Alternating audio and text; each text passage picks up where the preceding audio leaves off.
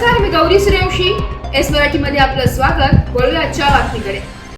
नाशिकमधून पुन्हा एकदा खुनाच्या घटनेने डोकं वर काढले. नाशिकमधून पुन्हा एकदा खुनाचा धक्कादायक प्रकार समोर आलाय.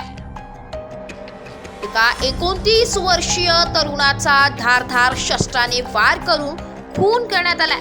3 दिवसांपूर्वी झालेल्या लहान मुलांच्या वादातून एका युवकास काही महिला व मुलांनी मारहाण करत त्याच्या डोळ्यात मिरचीची पूड टाकून धारधार शस्त्राने पोटावर व डोक्यात टणक वस्तूने जोरदार प्रहार करत त्यास ठार मारल्याची घटना रविवारी रात्री 11 वाजेच्या सुमारास विडी कामगार नगरात घडली आहे.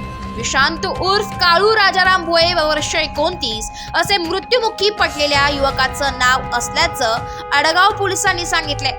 आडगाव शिवारातील अमृतधाम विडी कामगार नगरमध्ये विशांत उर्फ काळू हा राहत होता. तो रात्री परिसरात मित्रांसमवेत गप्पा मारत असताना त्या ठिकाणी काही महिला, पुरुष व मुले आली. त्यांनी 3 ते 4 दिवसांपूर्वी झालेल्या लहान मुलांच्या वादातून कुरापत काढून भोये या शिवीगाळ करीत मारहाण करण्यास सुरुवात केली. काही महिलांनी त्याच्या डोळ्यात मिरचीची पूड फेकली. यानंतर जमावाने त्याच्यावर सशस्त्र हल्ला केला. घाव वर्मी लागलेले भोये रक्ताच्या थारोळात कोसळला. आडगाव पोलीस ठाण्याच्या हद्दीत रात्री उशिरा ही घटना घडली. रक्तबंबाळ अवस्थेत विशांतला खासगी रुग्णालयात नेण्यात आले. मात्र वैद्यकीय अधिकारी यांनी त्यास मृत घोषित केले.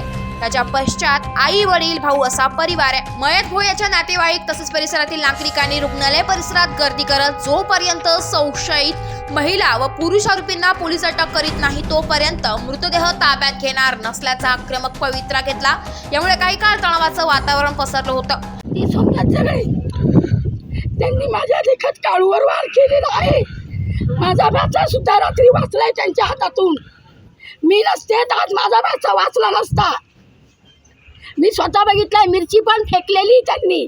त्या काळूच्या डोळ्यामध्ये मिरची फेकली आणि त्याला सुरा खुपसला. पुढून खुपसला, मागून काढला. सगळे पळून गेलेले. यांना धरून आणा. हे मला एकटीला माहिती आहे. 100 पोरांमध्ये मी एकटी बाई होती. यांचं न्याय मिळालंच पाहिजे आम्हाला. आता आमच्या समोर आणा ते.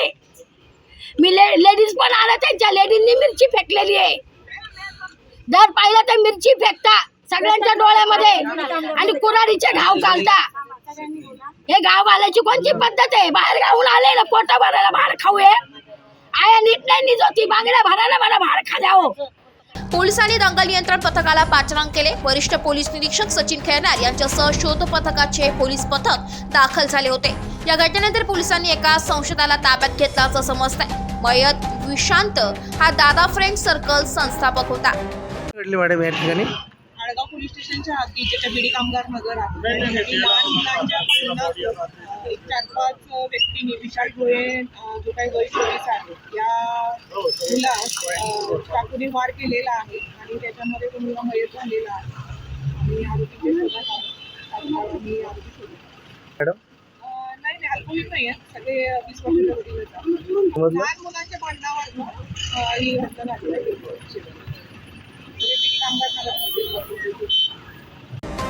Report S Marathi news Nashik. अशाच नवीन ताज्या घडामोडी जाणून घेण्यासाठी आमच्या एस मराठी न्यूज चॅनलला लाईक करा, शेअर करा, सबस्क्राईब करा आणि बेल आयकॉनला क्लिक करायला विसरू नका.